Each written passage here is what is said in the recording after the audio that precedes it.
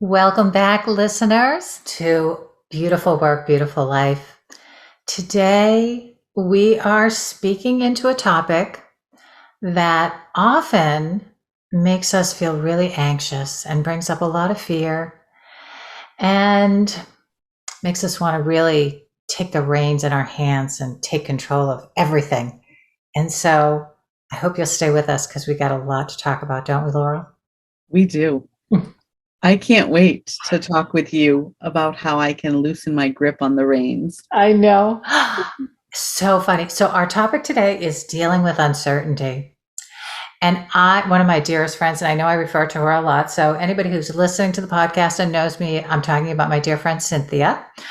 And when I first met Cynthia in the first few years that I met her, she would say to me, we just need to ungrip. And her words and the way that she said it have stayed with me my entire life. When I'm in the throes of something where I'm just trying to hang on and take control of it and manage it to its nth degree, and I'm all frustrated and in a fluster, I hear her saying, ungrip. That's a good one. Yeah. I think about taking my foot off the gas. Yeah. And I, spent a lot of years with my foot on the gas. Pedal to the metal. Yeah, you know it. And full speed ahead, I was driving that bus. And so now when I think about uncertainty and I think about, that's probably the right thing to do as a skilled driver. Mm-hmm. Take my foot off the gas when I'm uncertain. Yeah.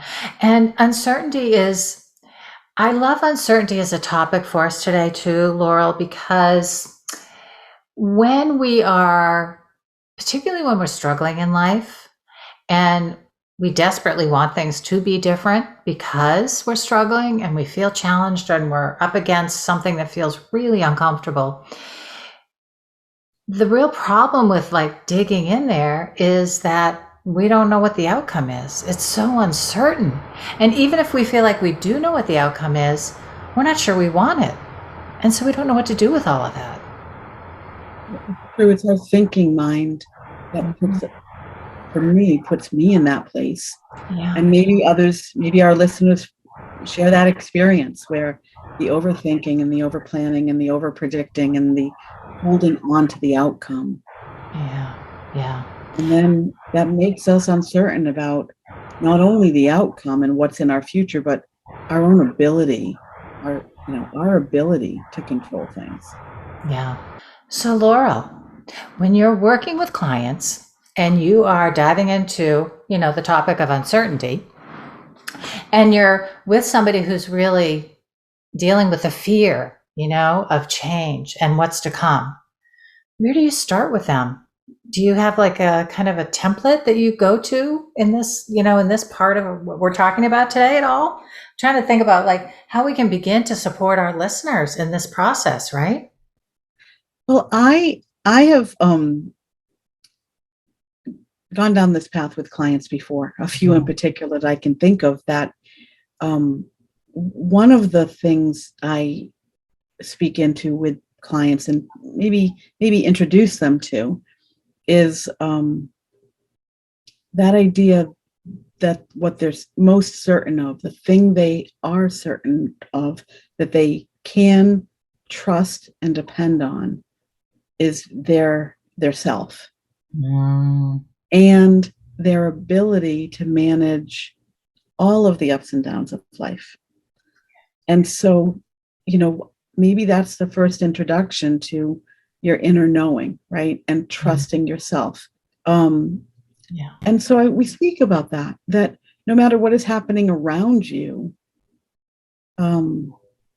you're safe and certain of your ability to manage what's happening.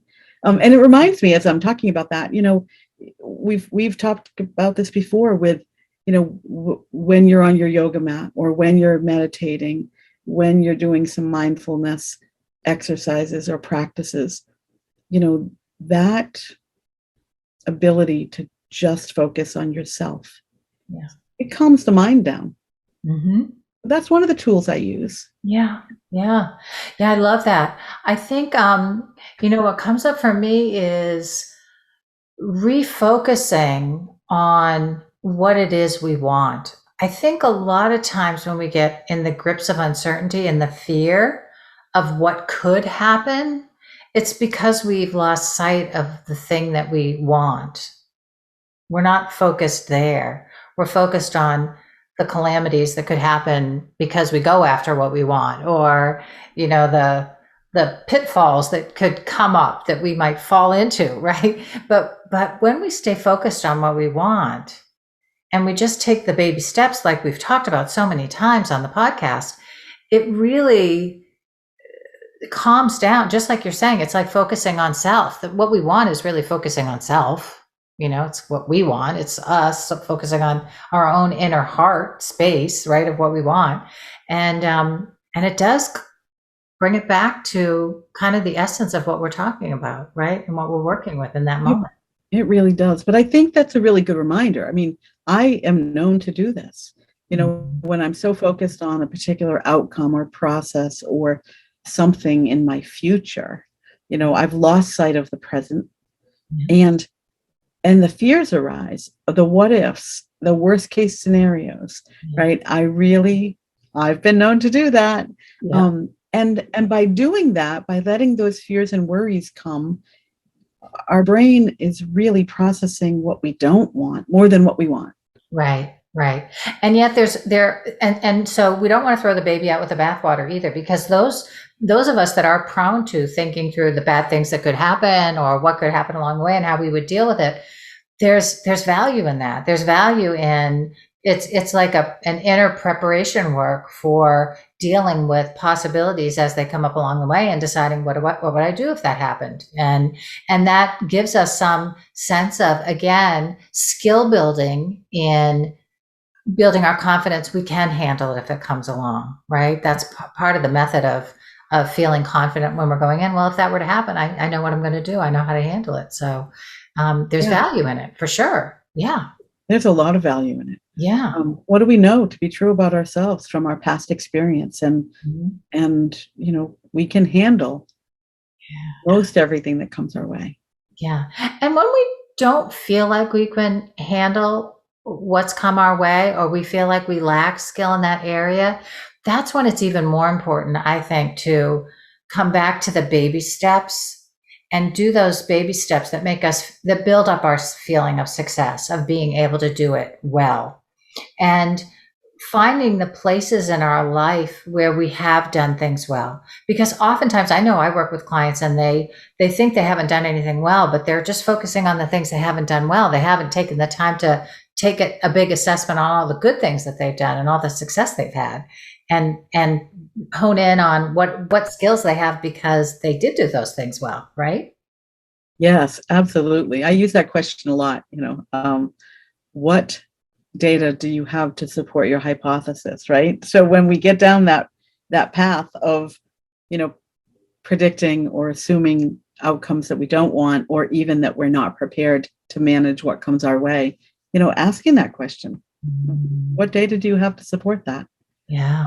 And chances are there's more data, like you were saying, of your ability to handle those things because you have in the past.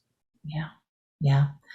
I feel like I know, Laurel, for me, when I think about, I'll share a little bit about my story here too, of what I think what part of what made me good at handling uncertainty was very early in my life, in my 20s, in my 30s, in my 40s, I lost very significant people in my life. They died.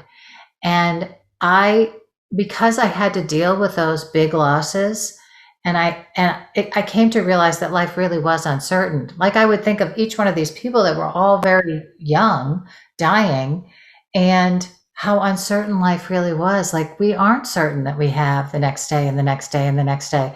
And so I think it made me, as hard as it was to go through those experiences, that's the gift of some of the struggles that we have and some of the crises that we encounter in life that are hard to get through. We realize we have more skill than we know, and it makes us value life in really, I think, really positive ways. So I think that's another thing for our listeners, is thinking about what have you seen in life that could make you value life more, and not have to know what's going to come next, right? That Yeah, I that love that. that you have life at all next is a good thing, right? There's Yeah, and I want to, think about, I mean, typically it's the big life changes like that when we lose something, when we lose someone. health. But There's our health, right? right, Yeah, um, it's another big. those are the things that tend to have us realize that we've been fooling ourselves all along and believing that we have certainty in life. But maybe even other things. This summer, I mean, Laurel, you know this, and maybe some of our listeners know this. I've been calling this my summer of saying yes, or my summer of yes. And what I have learned in that is I have a great deal of uncertainty in my life right now. And so some of the uncertainty has turned into beautiful, wonderful opportunities that I didn't know were out there. And so, as much as the loss in life or the challenges in life give us a reminder that life is uncertain, so do the surprises and the wonderful things that can come our way when we aren't gripping too tight on whatever is coming next. Yeah, yeah, so true. This week I actually posted a quote that I read in the Magnolia Journal. I started getting the Magnolia Journal, which I really love, this year. And Chip Gaines said something about, I wrote it down, and it was about, if we're afraid to deal with uncertainty, then often because of fear of pain, of loss, of disappointment, then we're kind of putting ourselves on the path of conformity, conforming to what we already know, to what's expected of us, to the path that's already been beaten, to what people think we're supposed to be doing, right? We're often conforming to that, and we're not creating our own path, or the path that we really want to be on, that our heart and soul wants to be on. Mhm. And so that idea of being willing to encounter uncertainty and embrace it with open arms is really our opportunity to create our special life, our Laurel, beautiful life. can we go into embracing it with open arms in another episode, and just today talk Yes. about not shunning it or not being afraid of it, right? I know. There's a few steps Baby too. steps, Yeah, baby that's right. steps. Baby steps, baby steps. That's right. That's the big leap, right?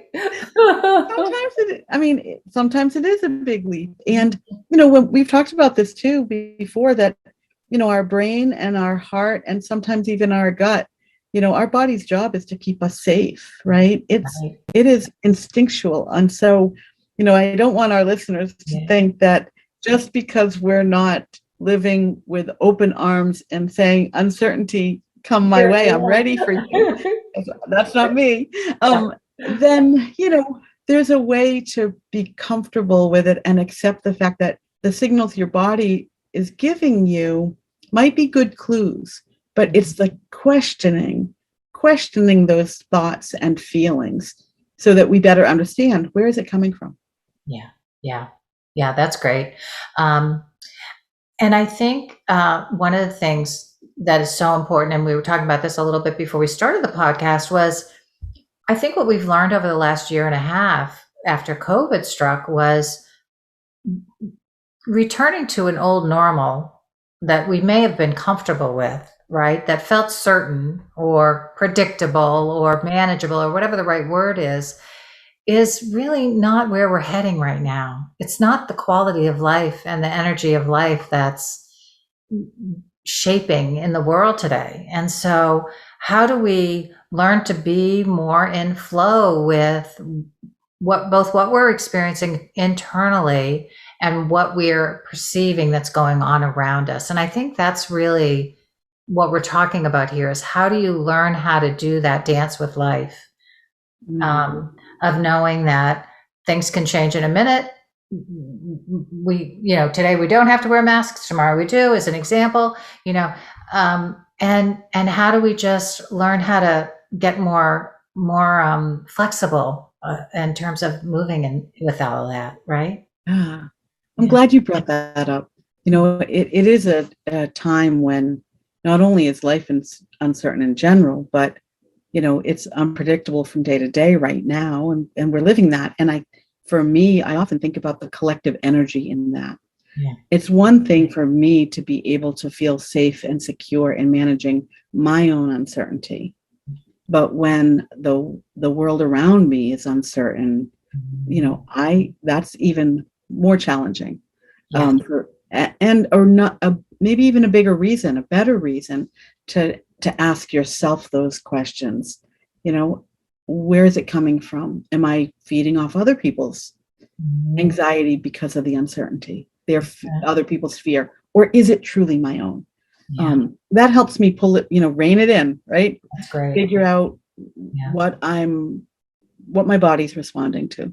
Yeah, that's wonderful. And I feel like I work a lot with people that are pretty highly sensitive emotionally and energetically, and haven't necessarily used that language or been aware that they are, and so they've struggled a lot with taking in a lot of information, being in touch with other people's emotional states, and struggling, with all of that.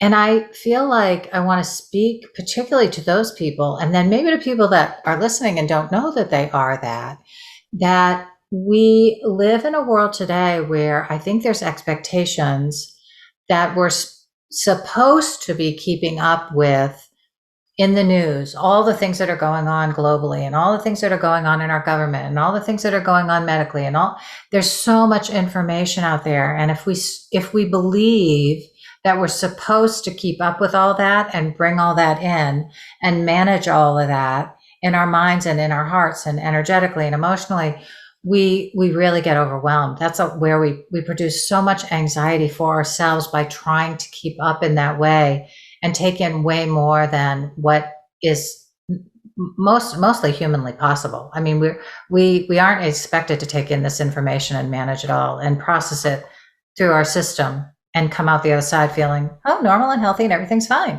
I mean, it's just too much difficult information to be processing, really. Yeah. Yeah. And even if it was good information, it's too much information to process. Yeah. Our body was designed to manage less information. Yeah. And less anxiety and less, all of those feelings. Mm-hmm. And when we do have the beauty and benefit of living in a global world, mm-hmm. where we have access to so much information and so many more relationships and experiences than we ever did before, our body may not be designed to handle all of that. Yeah. So I think it's a really good reminder for our listeners, that when you brought that up, check in with your body. Yeah. Figure it out. Where is it coming from? Is it yours? How are you processing it? And how are you treating yourself as you're processing it? Yeah. And it's okay to put limitations. Like, I know I learned really early on in life, because even as a young person, I would start crying when I watched the news. And so I learned very early on, I can only take in so much difficult information. And it wasn't until I got into the role of counselor and coach, and I learned really good boundaries, and I learned how to manage a lot energetically, and I learned how to let people have their own story, live their own, like, I had a lot of skill building that was involved in being able to sit with people and listen to difficult stories and manage those kinds of things. But before that, I really limited, and I still do limit. I still do limit how much I can take in, because I can't listen to all the world tragedy and not be bereft. Like, it's just, I'm not built that way. Yeah. And it's hard not to be affected by all of that. And then what happens, I'm in a similar situation where I really do choose, all of my inputs, including what I'm hearing and listening to. And so sometimes I feel guilty or irresponsible for that, because of maybe my own perception of what the social expectations of me are. Mm-hmm. Am I being a good community member if I'm not taking it all in? Right. Am I being a good human? And so I think that's a really good reminder that we have to make those decisions on, what's best for us. How do we maintain our own health and well-being, spiritually, physically, emotionally, all of it. Yeah. And we deserve to be able to have authority over those decisions. Absolutely. And I know we talked about, we've had a couple episodes where we've talked about the idea of selfish as self-care and just good Yeah. self-care after COVID. And we've really spoken into this. So if you haven't listened to those episodes, you'll get there and they'll be there for you. But take time to listen into that, because we really, I think we spoke into that really well in terms of like, this is very individual decision, what each of us needs as self-care, and that we can only give ourselves that permission. I can give it to you, but if you won't relieve yourself of the guilt if you don't give your own self the permission to let it go and realize. I know I think what I learned was I could only help people if I was in a healthy state. And so my healthy state is a gift that I give to the people that I'm with. And that's not a bad thing, to be in a healthy state.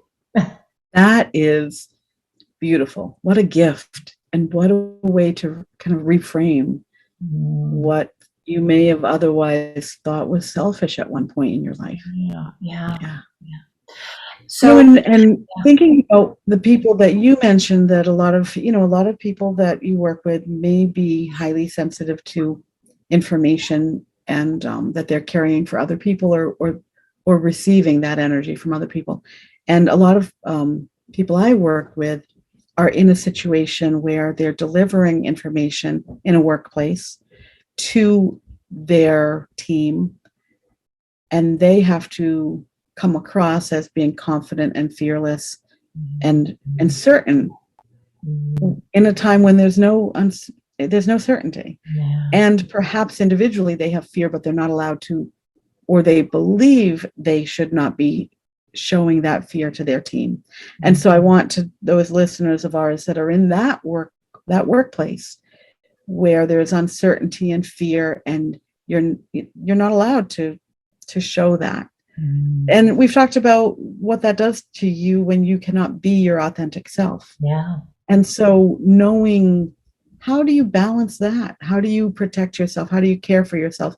How do you show up as your authentic self? That too is a personal decision. Yeah. Do you allow your team to know that you too are uncomfortable with uncertainty? Yeah. And that given the right circumstances, that can also really help. It helps. I think what helps is that, when we're able, and hopefully, we're not feeling like we aren't allowed to do this in whatever role we're in at work, but to be able to bring our humanness into the role and show that we have those feelings, and how we work with them in a healthy way. Because this is really what we're talking about today. Is it's not that we're not going to feel the fear, or that we're trying to avoid feeling sadness, or that we can't manage difficult information. It's how we're doing it, the way that we're approaching it, and the limitations that we put on it purposely, so that we can show up and handle things and live life and be the best that we can be. And so it isn't about avoidance or not being able to do it. It's growing the skills and learning how to do it well, so that we can be a support to other people. And managers, particularly at work, today, as they grow in doing this beautiful work, they support employees in such a tremendously beautiful way. I've seen it happen, and it can be really incredible. Yeah. In that, tying it back to what can we always be certain about, I think what you were just speaking to, we can be certain that we need to consider what's best for us as we figure out how to live in uncertain times, and how to take care of ourselves in this uncertainty. And Talk about it, and be okay talking about it, like openly, having conversations like we're having. I think that's part of one of the missions of our podcast, is to invite people into having these more real conversations, because we're all feeling this stuff. If you really when you have real conversations, even with people that generally you wouldn't have this conversation with, they can be real. They'll tell you the truth. They'll start to talk. They have these feelings. It's just that we've been conditioned not necessarily to have these kind of conversations and to make it normal to talk about it. And sometimes that can diffuse so much anxiety and so much tension around the experience that just adds to the difficulty in it. So the more we can disperse anxiety and tension in any circumstance, the better off we're all going to be in terms of approaching it well. Yeah. Yeah. Mm. Yeah. That's a good reminder. Yeah. Great reminder. So let's come back, Laurel, because you've brought this up a couple times too for our listeners, is that idea of, learning, of trusting self, of, coming back to, in uncertain times, one of the biggest resources and tools that we can bring is trusting ourselves. Yeah. Because if we can trust ourselves to just take it step by step, that's another way to just relieve some of the big burden and tension of walking through anxiety well, uncertainty well. Yeah, and knowing, again, tapping into that self-knowing, that we each have the ability. We have greater ability than we ever recognize or realize. Yeah. Individually we do, and then collectively we do. And so, by sharing, having real conversations, by speaking out loud. I mean, I just told my husband the other day when we were talking about, we want to plan a vacation to go somewhere away, warm, on an airplane the first week in December. And he's feeling like we can't. Yeah. And I said out loud, I don't like not knowing. And he said, I know. He knows that about me. Yeah. But I don't say that out loud. I probably exhibit it in all of my behavior. Yeah. Yeah. And so be able to speak it out loud and say it. I don't like uncertainty. Yeah. I mean, that helps just saying it. And then finding people that share that feeling and are brave enough to say it out loud as well. Yeah. So, yeah. And trusting, together that when faced with uncertainty and when things happen that we didn't plan, that we can figure it out together. We can figure out how to encounter it as best we can and move through it and make decisions from what we've got now that things have changed or things didn't shape up the way that we thought that they were going to, right? Yeah, and that ties into, managing our emotions, feeling what we feel, right? Claiming that I'm disappointed that we can't plan ahead, or that I don't like being not in control. Admitting that, and being able to talk through that, and that helps. And then knowing that this isn't forever. Uncertainty is never forever. It happens every moment of every day, but it is not forever. Right. There are things that I am quite certain about in my life, and so how do we balance that? I mean, maybe that's something that we challenge our listeners with. How can we know that we're capable of being extremely certain and not certain at all in the same moment? Yeah. And feel like we're expanding. I think it's like really literally feeling like we're energetically expanding to say, maybe not with open arms, embracing, but I'm opening, to the uncertainty of what the day might bring, right? If we practice it even daily, right? I love this. Actually, I just thought of this, like, as I'm sitting in my meditation each morning, like after my meditation, I kind of look at my schedule of the day, what's on my plan. And then, after knowing what my plan of the day is, saying, and I'm open to whatever the day would bring, that might have uncertainty, right? That's a good practice. It's a great practice. And as you were speaking, I was thinking, it fits so nicely with my quest to continue to be curious. Yeah. That is one of the things I strive to be. I strive not to lose my curiosity. I do. And if I were to replace, uncertainty with, oh, this gives me an opportunity to be curious, right? To lean into the uncertainty. Yeah. That might help change my feelings about my inability to plan and be certain about things. Yeah. Yeah. That's great. That's great. I Yeah. love that. Yeah. So for our listeners, let's maybe do a couple journaling questions if we can come up with them on the spot here, Laurel, for them around uncertainty. Anything popping into your head right off the bat? Yes, I think maybe a journal prompt would be, write about a time of uncertainty in your life in the past that turned out to be something fabulous, unexpected, good, rich, fun, whatever adjective, but on that a gift that came forward out of some place of unknowingness. Yeah, that's great. That's That great. would be a fun exercise, to a journal prompt. That's a fun one because I think it's again, really beautiful things come from uncertain places in our lives. They can. So to explore your own life and find one of those to prove that, is a worthy activity. What's coming up for me is something about everybody, whenever I have clients and we talk about our need for control, people are saying, "Oh, I have such high control for, high need for control." And I say, we all do. We all do in our own ways. And it's part of how we manage life. And so it's not that we want to get rid of it. We just want to be aware of it. And so that's what I would encourage for our listeners is just thinking about what parts of your life do you feel like you need to be in control of? Make a list and just take a look at them. And then just imagine, well, what if I took my hands off the steering wheel there just a little bit, if I ungripped and said, if I just let go of that today and see what happens, right? Yeah. I'm going to take you up on that one.